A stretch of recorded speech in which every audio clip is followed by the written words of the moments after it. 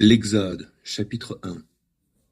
Voici la liste des fils d'Israël qui ont accompagné Jacob en Égypte, chacun avec sa famille. Ruben, Siméon, Lévi et Juda, Issachar, Zabulon et Benjamin, Dan et Nephtali, Gad et Aser. Les descendants de Jacob étaient au nombre de 70 en tout, Joseph étant déjà en Égypte à ce moment-là. Joseph mourut, ainsi que tous ses frères et toute leur génération.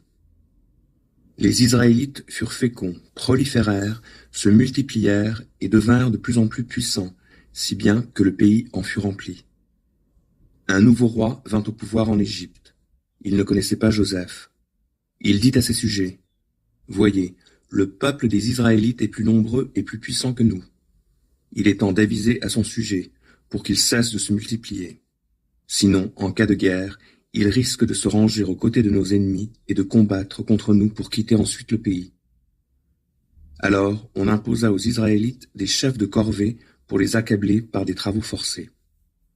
C'est ainsi qu'ils durent bâtir pour le Pharaon les villes de Pithom et de Ramsès pour servir de centre d'approvisionnement. Mais plus on les opprimait, plus ils devenaient nombreux et plus ils se répandaient, au point que les Égyptiens les prirent en aversion. Alors ceux-ci les réduisirent à un dur esclavage et leur rendirent la vie amère par de rudes corvées, fabrication de mortiers, confection de briques, travaux en tout genre dans les champs, bref, toutes les tâches auxquelles on les asservit avec cruauté. Il y avait 2 sages-femmes pour les Hébreux. Elles se nommaient Shifra et Poua. Le Pharaon leur donna cet ordre. Quand vous accoucherez les femmes des Hébreux et que vous aurez constaté le sexe de l'enfant, si c'est un garçon, mettez-le à mort. Si c'est une fille, qu'on la laisse vivre. Mais les sages-femmes craignaient Dieu. Elles n'obéirent pas au Pharaon. Elles laissèrent la vie sauve aux garçons. Alors le Pharaon les convoqua et leur demanda, « Pourquoi avez-vous fait cela? Pourquoi avez-vous laissé vivre les garçons ?» Les sages-femmes répondirent au Pharaon, « C'est que les femmes des Hébreux ne sont pas comme les Égyptiennes. Elles sont pleines de vie.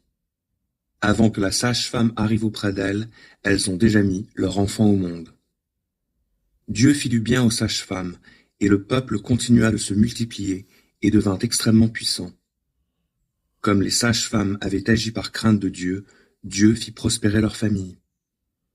Alors le Pharaon ordonna à tous ses sujets, « Jetez dans le fleuve tous les garçons nouveau-nés des Hébreux, mais laissez vivre toutes les filles. »